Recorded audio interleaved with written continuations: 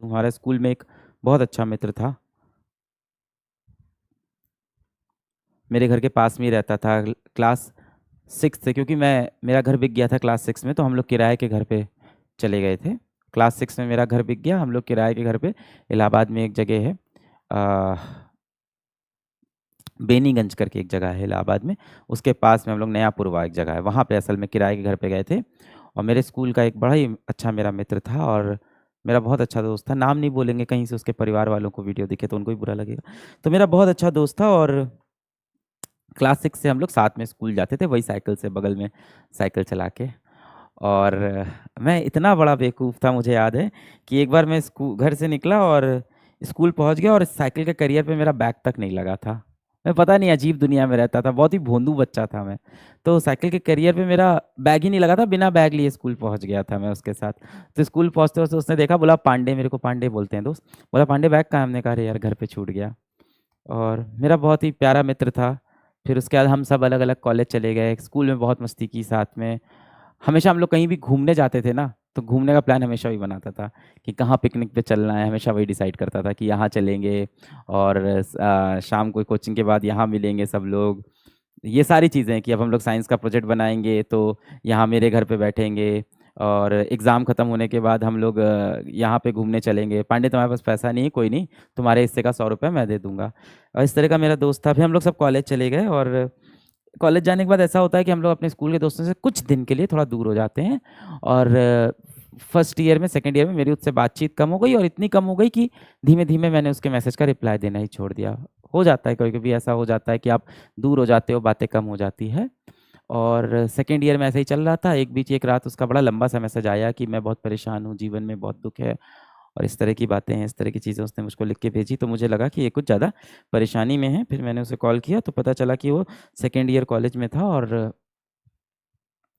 थोड़ा डिप्रेस था कॉलेज के अंदर, कुछ उसने उधार उधार भी लोगों से ले रखे थे, इस तरह की परेशानी थी। मैंने उसको समझाया कि सब सही हो जाएगा, हम लोग मिलेंगे। फिर डिसाइड हुआ कि हम लोग लगभग 1-2 महीने बाद इलाहाबाद में रहने वाले हैं, वहाँ मिलेंगे, क्योंकि मैं भी पहुँच रहा था शहर, वो भी पहुँच रहा था। और ये हम लोग की बात हुई होगी इसके करीब 1-1.5 महीने बाद पता चला कि उसका एक्सीडेंट हो गया और वो दोस्त नहीं रहा। तो इसलिए मैं कह रहा हूँ कि जो लोग आपको बहुत प्यार करते हो ना, उनको अपने पास रखो, उनसे बात करते रहो। आपको नहीं पता है आप उनको कब खो दोगे, कब वो जीवन से चले जाएंगे। सच्चा प्यार करने वाले लोग बहुत मुश्किल से मिलते हैं, उनकी बहुत इज्जत करो। अब आज मुझे यही लगता है कि शायद कॉलेज के उन 2 सालों में मुझे उससे और बात करनी चाहिए थी, शायद मुझे उसके फ़ोन और उठाने चाहिए थे, शायद मुझे उससे मिल भी लेना चाहिए था। मुझे है इस बात का हमेशा एक गिल्ट रहेगा मन में, और इस तरह के गिल्ट आपके अंदर न रहे। आपका कोई दोस्त कभी उदास हो ना, कभी उसका दिल टूटा हो ना, कई बार सच में दिल टूट जाता है इंसान का, और ज़रूरी नहीं कि इस दिल टूटने के पीछे प्रेम प्रसंग ही हो। किसी भी कारण से दिल टूट सकता है, करियर में वो अच्छा ना कर पा रहा हो, पढ़ाई में अच्छा ना कर पा रहा हो, अपने माँ बाप से वो परेशान हो। ये उम्र ही ऐसी है 17, 18, 20 साल की, कि माँ बाप से आप हर तरह की बातें शेयर नहीं कर पाते।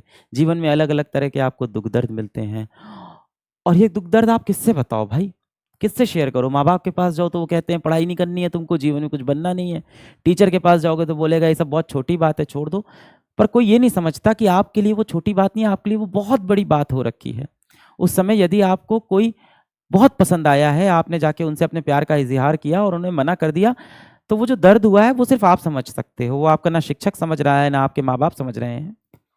तो हो सकता हो आपका कोई दोस्त हो जिसके दिल में सच में चोट लगी हो, सच में दुखी हो, रियली हर्ट हो, और वो आपके पास आए बेटा, तो कभी ना उसको इग्नोर नहीं करना, उसको पास बैठाना, उसको कस के गले लगाना।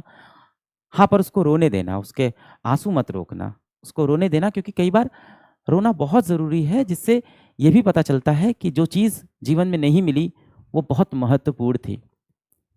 अतीत के बोझ को दिल से उतारने के लिए रोना बहुत ज़रूरी होता है। गले लगाना अपने दोस्त को, वो रोए तो उसके साथ 2 आंसू भी बहा लेना, उसकी तकलीफ को समझ लेना। ये होती है फ्रेंडशिप भाई,